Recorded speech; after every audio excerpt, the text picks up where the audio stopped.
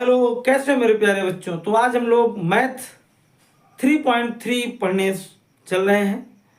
और 3.3 पढ़ने से पहले ना एक चीज ये जान लें कि इस एक्सरसाइज में है क्या। देखो बेटा, इस एक्सरसाइज में ना विलोपन विधि यानी एलिमिनेशन मेथड से अपने जो चर दिए हैं ना उनके मान निकालने हैं।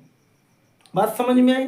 जो जैसे पिछले में हम लोग क्या लगाते थे, सब्स्टिट्यूशन यानी प्रतिस्थापन विधि, उसके पहले ग्राफिकल मेथड लगाते थे।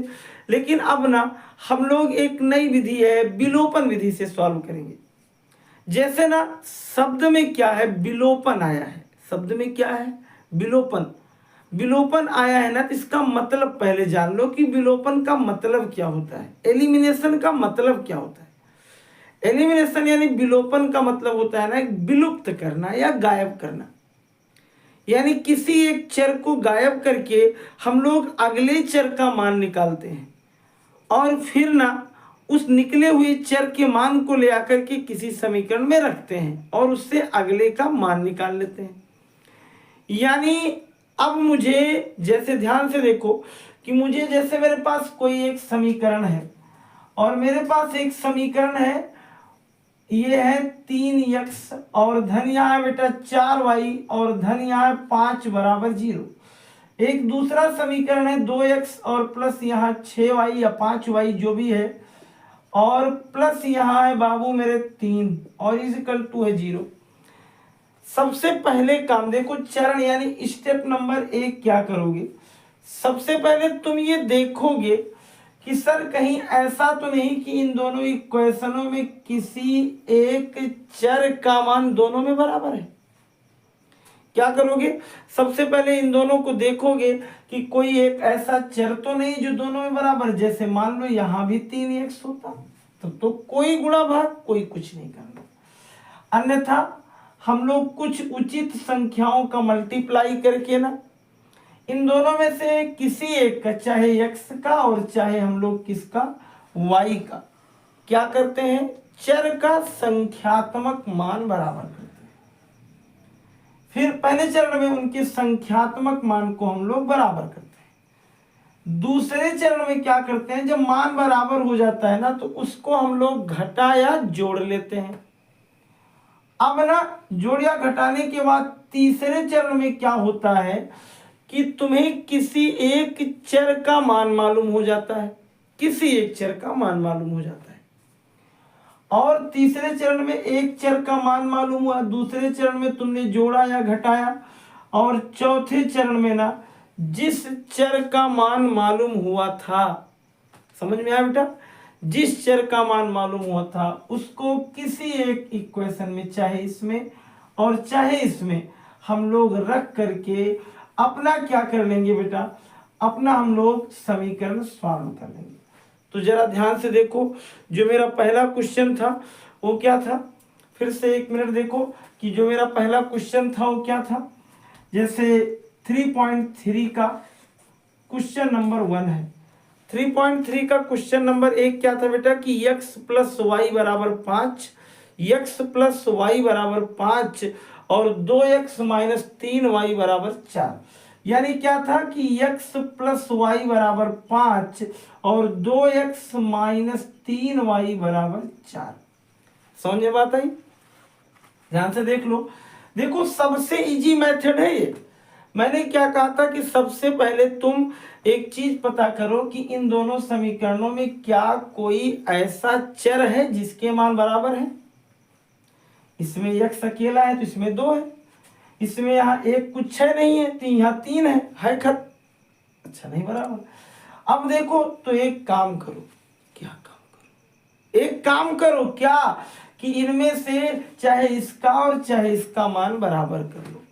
तो चलो मैं y का बराबर करता हूं बेटा।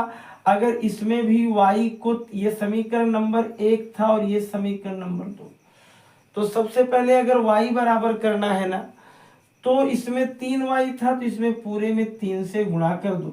यानी यहां लिख दो कि समीकरण 1 में 3 से क्या कर दे, गुणा, और फिर क्या आ जाएगा, ये हो जाएगा 3x और धन कितना 3y बराबर 15, समीकरण नंबर 3।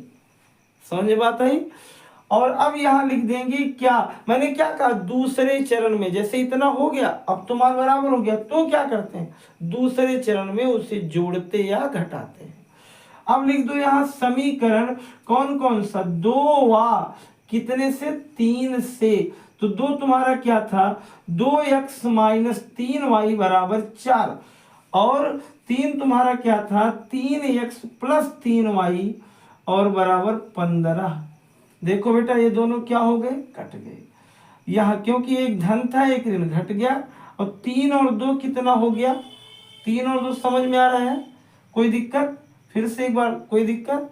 और फिर 3 और 2 कितना हो जा रहा है, 5x बराबर यहाँ 15 और 4 कितना हो जा रहा है, 19। समझ में बात आई। तो x का मान आ जाएगा 19/5। बात सही है।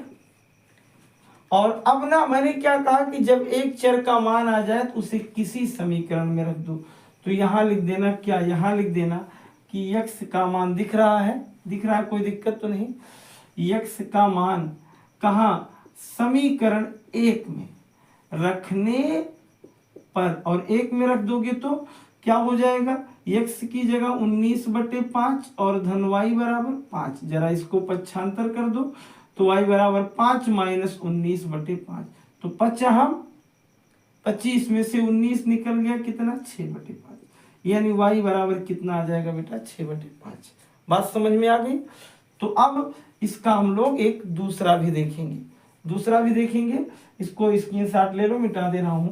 दूसरा देखो क्या था वो जरा दिखाओ। देखो तो बेटा वो था क्वेश्चन नंबर 3.3 का दूसरा, वो भी ठीक ऐसे ही है।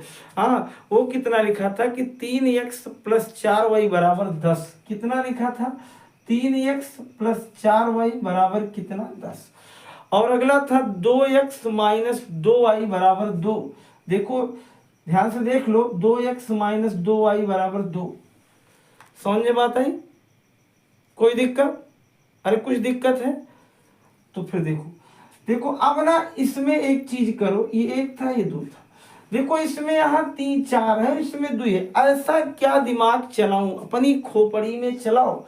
ऐसा तुम क्या कर दो कि यहाँ भी हो जाए 4, तो 2 में 2 से भाग दे, हो जाएगा 4। नहीं गधा हो, यहाँ हम लोग क्या कर दे, 2 से गुणा, यानी यहाँ लिख दो कि समीकरण 2 में कैसे, 2 से गुणा करने पर। और जैसे गुणा करोगे ये 4x, ये 2 दूना 4y बराबर 2 दूना 4, समीकरण नंबर 3। अब यहाँ लिख देना समीकरण 1 कितने से, 3 से। और एक तुम्हारा कितना है, 3x धन कितना है 4y बराबर कितना है 10। और दूसरा क्या है, 4x माइनस कितना 4y बराबर कितना 4। देख बेटा ये प्लस ये माइनस कट गया, 4 3 कितना हो गया 7x, 10 4 कितना हो गया, देख बाबू 14 हो गया। और इधर देख लल्लू क्या हो गया, x इक्वल टू 14 अपन, देख मेरे भैया 7 7 एकम 7 दूनी, यानी अब बेटा क्या हो गया 2 आ गया बच्चा ना, कितना आया x इक्वल टू 2 आ गया समझ में। और अब ना ये जो x इक्वल टू 2 आया बच्चा, इसको हम लोग कहाँ रख देंगे, अपने किसी एक समीकरण में। यहाँ लिख दो क्या कि x का मान कहाँ, समीकरण 1 में रखें।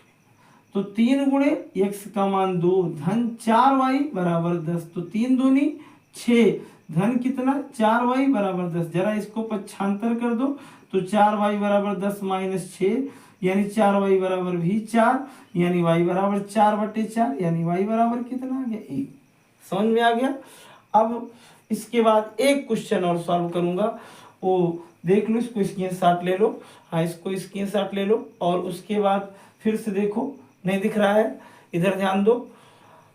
और फिर अगला क्या है, इधर देखो, इसका जो तीसरा था, इसका जो 3.3 के पहले का तीसरा था, देखो एक बार तुम लोग अपना दिमाग लगा लो। फिर से क्वेश्चन आया है 3x माइनस 5y माइनस 4 बराबर 0। क्या है 3x माइनस 5y माइनस 4 बराबर 0।